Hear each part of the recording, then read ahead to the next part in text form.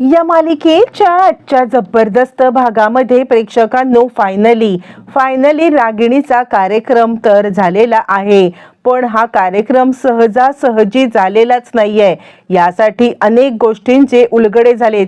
यासाठी अपूर्वाचा भयंकर भूतकाळ समोर आलाय। यासाठी आता बलदेवने भूतकाळात जात मोठं सत्य शोधून काढलंय। नक्की काय घडलंय सगळं आता पाहू। प्रेक्षकांनो, आपण पाहिलंय की इकडे आता आकाश आणि भूमी दोघ जण आलेले आहेत, ते म्हणजे रागिणीच्या इथे। आणि ते रागिणीला सांगतायत, रागिणी आत्या, तुझा खेळ संपला। तू आमच्यापासून कितीही लपून जाण्याचा प्रयत्न केलात असलीस तरी सुद्धा, आणि त्यानंतर मग आता दोघं सांगतात, तू कितीही आमच्यापासून लपून छपून जाण्याचा प्रयत्न करत असलीस ना तरी सुद्धा तुला आता आम्ही सोडणार नाही आहोत।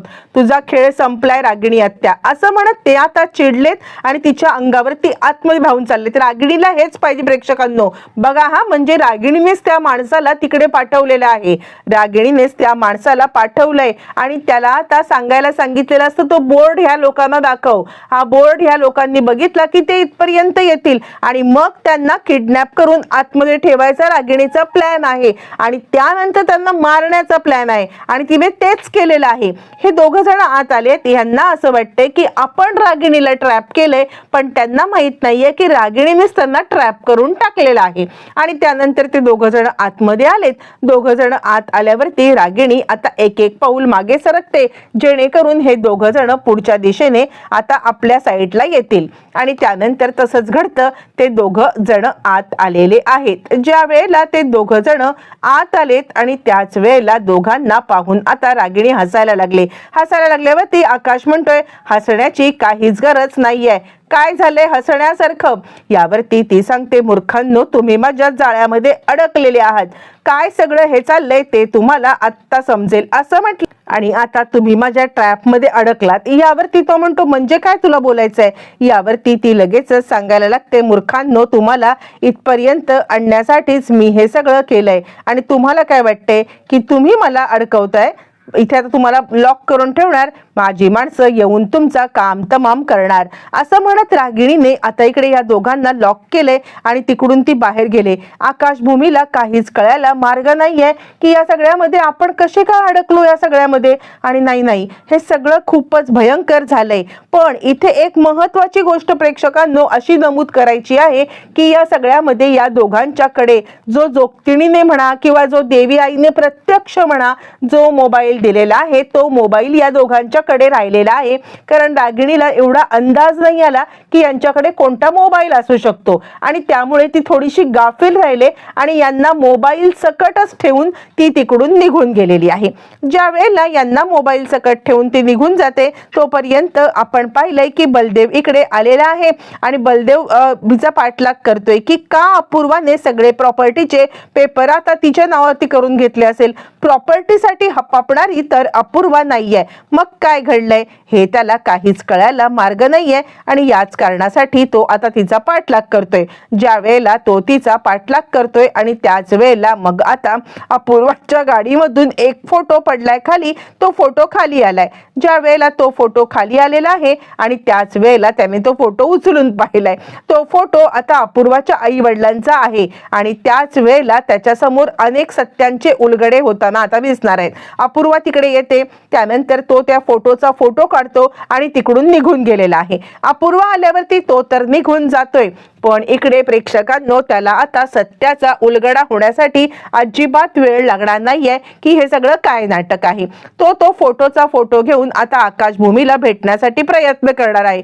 पण काय आता आकाश भूमीला भेटायचं कसं त्याला काही कळत नाही। तोपर्यंत रागिणी त्या दोघांना आतल्या रूम मध्ये बंद करून ठेवलेली आहे आणि हे दोघं जण विचार करतायत की आपल्या हातात मोबाईल आहे, पण जर का ह्या बाईला कळलं की आपल्याकडे मोबाईल आहे तर ही बाई आपल्याला संपवायला सुद्धा आता कमी करणार नाहीये।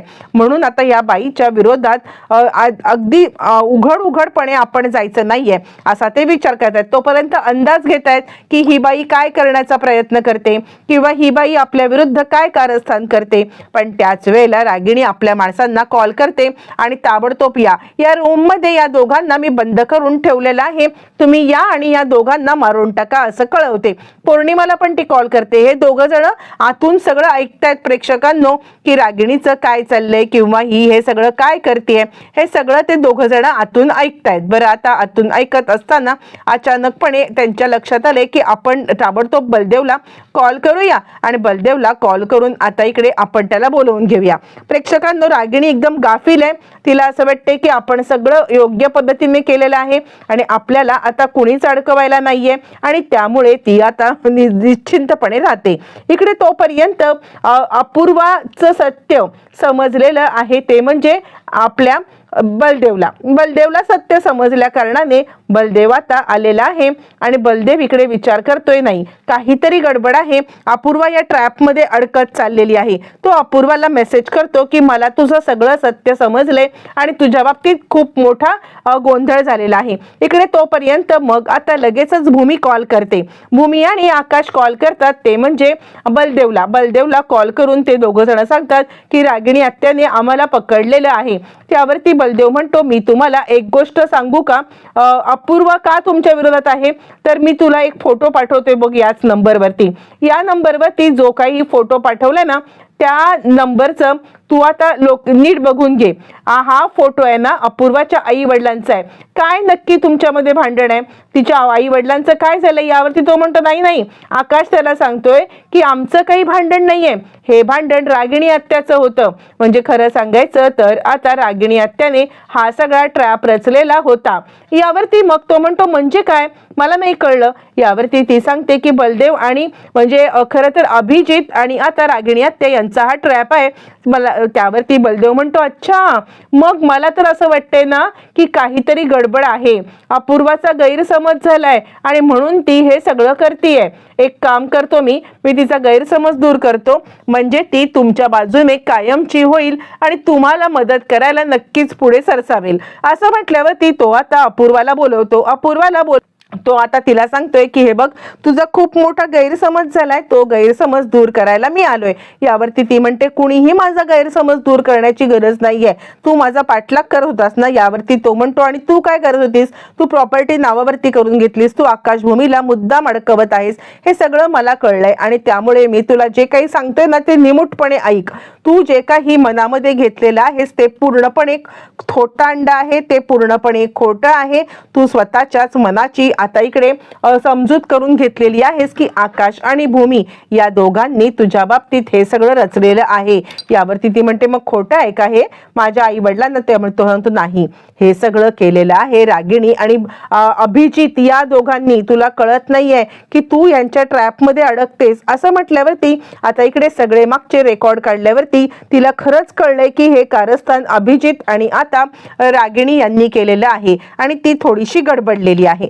ज्या वेळेला ती आता गडबडले त्यावेळेला मग आता बलदेव सांगतोय, एक संधी आहे तुला, तू एक काम कर, अजूनही तू आकाशभूमीला वाचवू शकतेस, कारण आता हे सगळं जे काही झालेलं आहे ना ते फक्त आणि फक्त रागिणीने केलेलं आहे आणि रागिणी जिवंत आहे. तुला जर का तिचा बदला घ्यायचा असेल ना तर तुला हे करायलाच लागेल. आता इकडे ती विचार करते की ठीक आहे, बघूया, रागिणी जर का जिवंत आहे तर एक चान्स आकाशभूमीला द्यायला हरकत नाहीये असा ती विचार करते आणि त्यानंतर ती आता पोलिसांना घेऊन त्या ठिकाणी चालले. बलदेवला सुद्धा खूपच आनंद झालेला आहे की आता हिने आपल्यावरती विश्वास ठेवलेला आहे, किमान आपल्यावरती विश्वास ठेवून ही आता इथपर्यंत तरी आलेली आहे.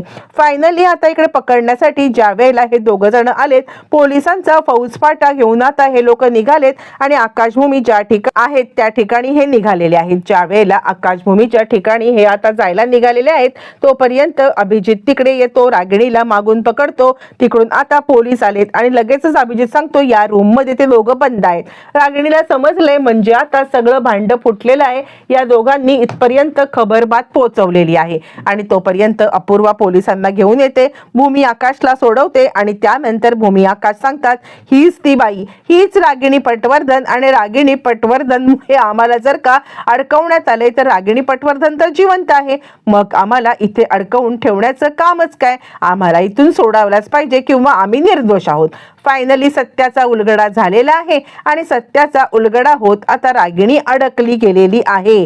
रागिणीच्या या गोष्टीमुळे आता मात्र भूमी आकाश हे दोघं निर्दोष झालेत आणि रागिणी पूर्णपणे ट्रॅपमध्ये अडकले गेले. प्रेक्षकांनो, आता मात्र अपूर्वाला सत्य समजणार आहे की या दोघांनी नाही तर रागिणी आणि अभिजित या दोघांनी आपल्याला ट्रॅप केलंय. सत्य समजल्यावरती अपूर्वा नक्की काय करणार पाहणं फारच रंजक ठरणार.